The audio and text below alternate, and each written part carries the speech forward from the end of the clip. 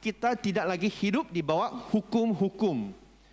Saya boleh buat apa yang saya suka asalkan saya tidak berdosa.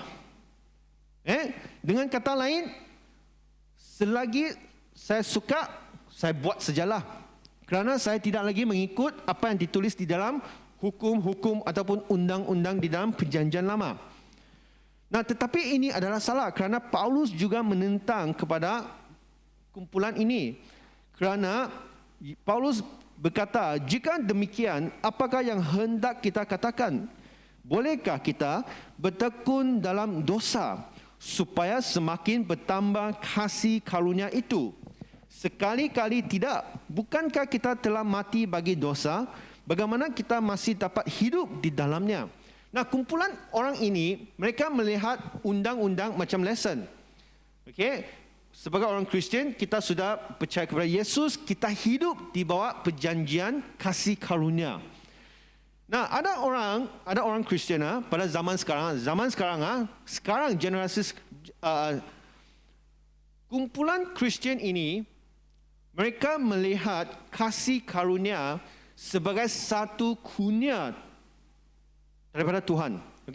Anugerah. Faham kan? Semua faham? Nah, bagi orang ini,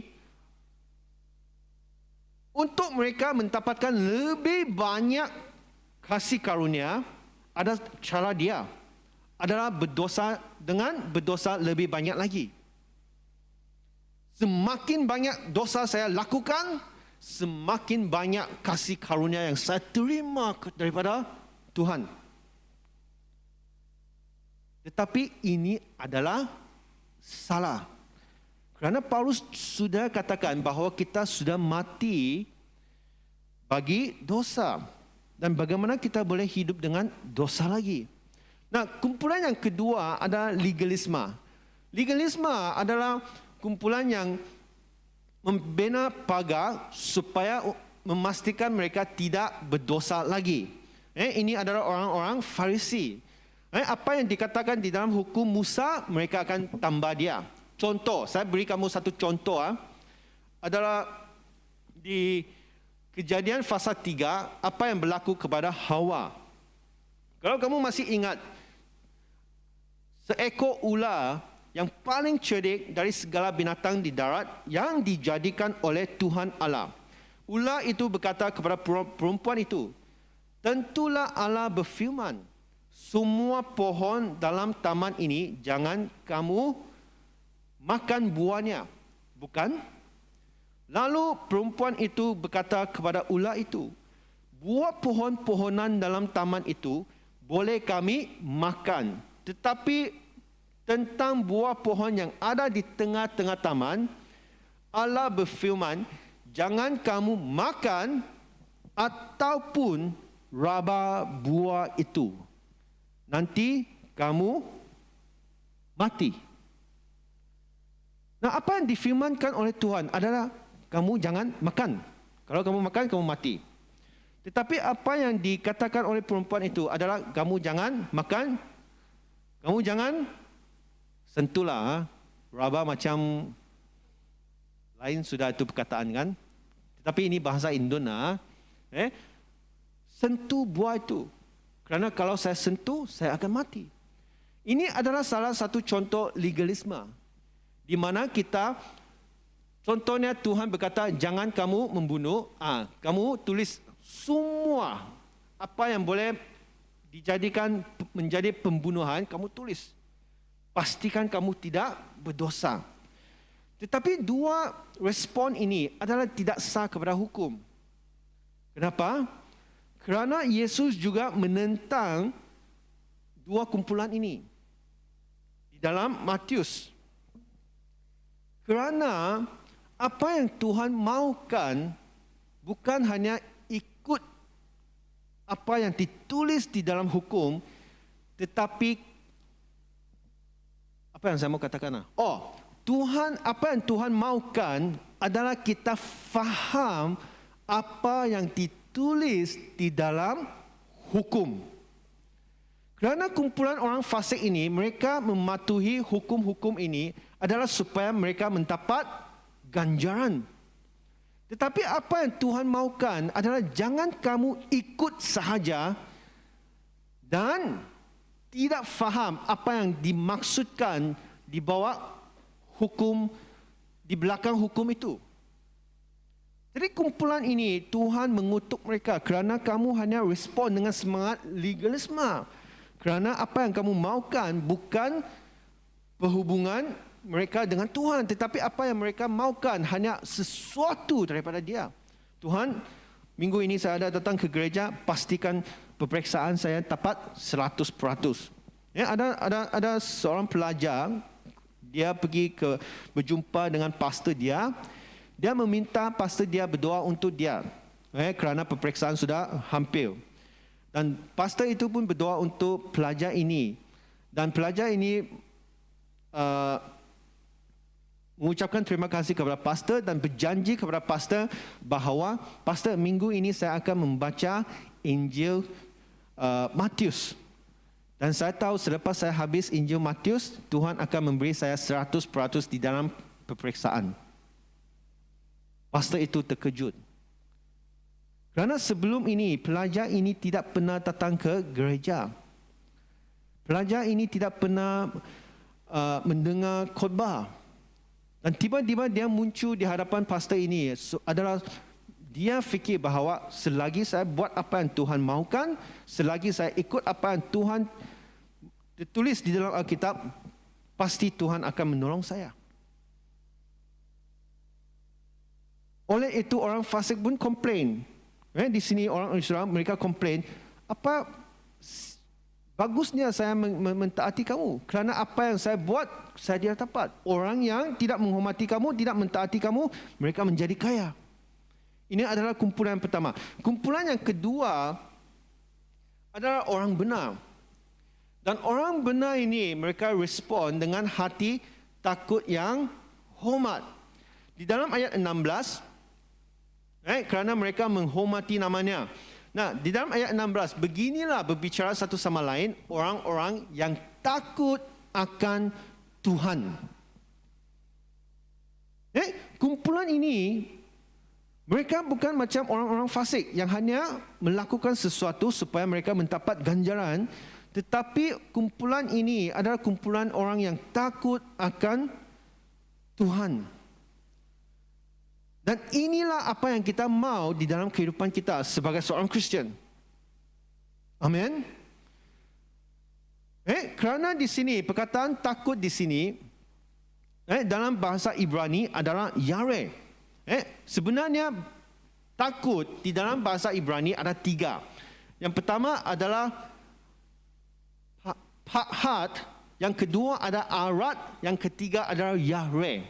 Nah, yare digunakan di sini bermaksud ia menunjukkan rasa hormat kepada Tuhan. Nah, ada tujuan dia kenapa orang penulis-penulis di Ibrani mereka menggunakan Yahweh di sini adalah ada 3 tujuan. Tujuan yang pertama adalah di Amsal pasal 3 ayat 7. Di sini berkata, janganlah engkau menganggap dirimu sendiri bijak, takutlah akan Tuhan dan jauhilah kejahatan. Di sini mengatakan apabila kita takut kepada Tuhan, kita tidak akan terlibat di dalam kejahatan. Yang kedua adalah di dalam Ulangan pasal 31 ayat 12. Di sini berkata, seluruh bangsa itu berkumpul, laki-laki, perempuan dan anak-anak dan orang asing yang diam di dalam tempatmu, supaya mereka mendengarnya dan belajar takut akan Tuhan Allahmu, dan mereka melakukan dengan setia segala perkataan hukum Taurat ini. Jadi apabila kita takut kepada Tuhan, kita akan taat kepadanya.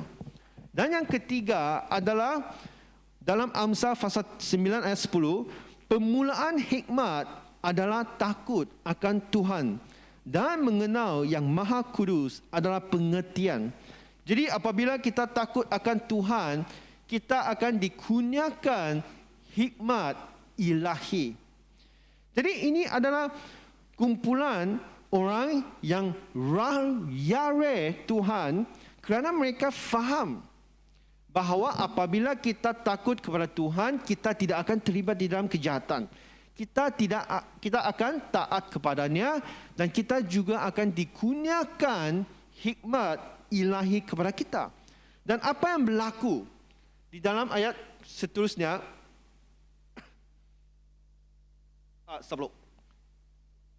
beginilah berbicara satu sama lain orang-orang yang takut akan Tuhan.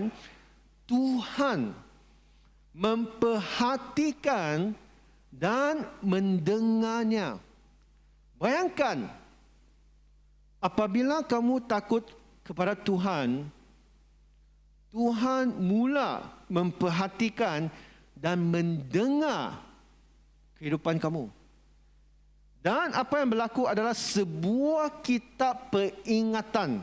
Ini bukan kitab kehidupan, tetapi kitab peringatan ditulis di hadapannya bagi orang-orang yang takut akan Tuhan dan bagi orang-orang yang menghormati namanya. Apa yang kamu lakukan di dalam kehidupan, semuanya ditulis di dalam kitab peringatan ini. Jangan kamu tanya bagaimana Tuhan tulis dah. Tuhan adalah Tuhan. Dia ada cara dia tulis. Jadi apa yang kamu lakukan? Sama ada kamu mentaati Tuhan, menolong orang, menyembah dia, semuanya tertulis di dalam kitab ini. Oleh itu, di dalam ayat 17, mereka akan menjadi milik kesayanganku sendiri.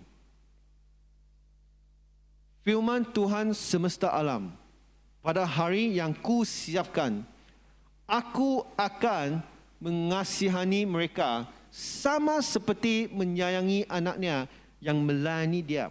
Di sini dua janji yang diberikan kepada Tuhan apabila kita takut akan Tuhan adalah kita akan menjadi milik kesayangan dia. Yang kedua, dia akan mengasihani kita. Oleh itu kita tidak lagi takut akan penghakiman. Kita tidak takut apa yang akan berlaku selepas kehidupan di dunia ini. Kerana kami tahu bahawa Tuhan telah mengampuni setiap kita dan memberi kita hadiah kehidupan kekal. Ini yang paling penting. Jadi apa yang kita mau buat adalah kita harus takut kepada Tuhan. Supaya kita menjadi milik kesayangan dia. Kerana di dalam ayat 18, Tuhan mengingatkan setiap kita, maka kamu akan melihat kembali pembezaan antara orang-orang benar dan orang fasik. Antara orang yang beribadah kepada Allah dan orang yang tidak beribadah kepadanya. Janganlah kita menjadi orang fasik. Jadilah orang benar. Di mana kita takut akan Tuhan. Kerana kalau kamu tengok di dalam agama Kristian, berbanding dengan agama-agama yang lain, Buddha kah, Islam kah, apa lagi ya? Hinduism kah, hantu kah, apalah kamu namakan. Kalau kamu berbanding mereka dengan agama Kristian, terutamanya pengikut-pengikut agama mereka dan juga pengikut-pengikut Kristian, kamu boleh lihat bahawa kebanyakan orang-orang Kristian tidak takut kepada Tuhan. Mereka tidak ada hati yang menghormati Tuhan. Kenapa? Kerana kalau kamu tengok di dalam agama-agama yang lain, walaupun mereka menyembah patung-patung, tetapi mereka takut kepada Tuhan mereka. Contohnya, orang Cina. Kerana saya Cina lah, saya jangan cakap yang lain lah. Nanti tersinggung perasaan kamu. Nah, orang Cina, setiap hari mereka akan pastikan mereka ada menyembah Tuhan mereka dengan memberi makanan. Kamu tahu apa makanan? Colok-colok. Karena dulu angka anti saya kan, mereka bukan Kristian kan, mereka banyak colok-colok. Saya pun tiap-tiap hari saya ambil colok-colok mereka. Untuk buat apa? Untuk buat layang-layang. Setiap kali anti saya marah, kenapa colok-colok ini cepat habis? Karena setiap kali mereka harus membakarlah colok-colokan 3 kali sehari, setiap kali 3 batang. Kamu boleh kira lah, 3, 9. Ada maksud dia dalam bahasa Cina. Okay? Kalau mereka tidak dapat membakar colok-colok itu, mereka akan memanggil siapa ada di rumah, pergi bawa, ambil colok-colok, simpan. Kalau mereka miss sekali, kamu boleh nampak kan anti saya, angka saya semua macam bertaubat di sana. Oh, solilah. Beli orange lah, apple lah, semua tu kan simpan di hadapan patung-patung itu. Kamu tengoklah orang-orang Cina lah. Kalau sampai, kamu tahu apakah perayaan yang dirayakan kebelakangan ini orang-orang Cina? Pesta hantu. Kalau kamu pergi ke kedai makan kan, makanan orang Cina kan, kamu boleh nampak semua tu, colok lah, ada ayam lah, ada apa, babi lah, semua pun ada. Ada sekali kan, anti saya, dia punya kaki dia boleh jalan. Dia suruh saya kan pergi ke tepi jalan sana kan, bagi telur lah, apple lah, orange lah untuk hantu-hantu. Pada masa itu kan saya seorang Kristian yang muda. Kamu tahu Kristian lah, kamu tahu orang muda lah. Berani mati punya tu. Jadi saya menentang anti saya lah. Buatlah apa kau menyembah hantu. Tak payahlah anti. Siapa makan pada akhirnya pencuri yang datang ambil. Tetapi anti saya cakapkan tidak boleh kerana tiap-tiap tahun dia ada memberi persembahan kepada hantu-hantu. Kalau tahun ini saya tidak beri, hantu-hantu itu akan datang kacau saya. Saya cakap, mana ada hantu? Kristen muda lah, jangan dengar teologi yang salah punya tu. Mana ada hantu? Saya ada Tuhan. Yesus lagi kuat. Kami bergaduh kerana hal ini. Pada akhirnya dia sendiri yang pergi membakar semua barang itu. Saya cakap, anti itu semua duit bah. Duit. Sekarang mahal sudah. Ada handphone lah, ada iPhone lah, ada banglo lagi, ada credit card lagi. Buat apa bakar semua itu? Saya cakap, macam mana kamu tahu mereka akan terima di bawah neraka? Dia pun dia tahu. Tetapi apa yang saya boleh melihat adalah mereka takut kepada patung-patung mereka. Tetapi apa yang sedihnya adalah kebanyakan orang Kristian, mereka tidak takut akan Tuhan. Jadi hari ini petikan yang mengajar kami pada hari ini adalah kita takut kepada Tuhan dan janji dia adalah kita akan menjadi milik kesayangan dia. Amin. Janganlah jadi orang fasik tetapi jadi orang benar yang mematuhi dan mentaati Tuhan. Amin. Mari kita berdoa.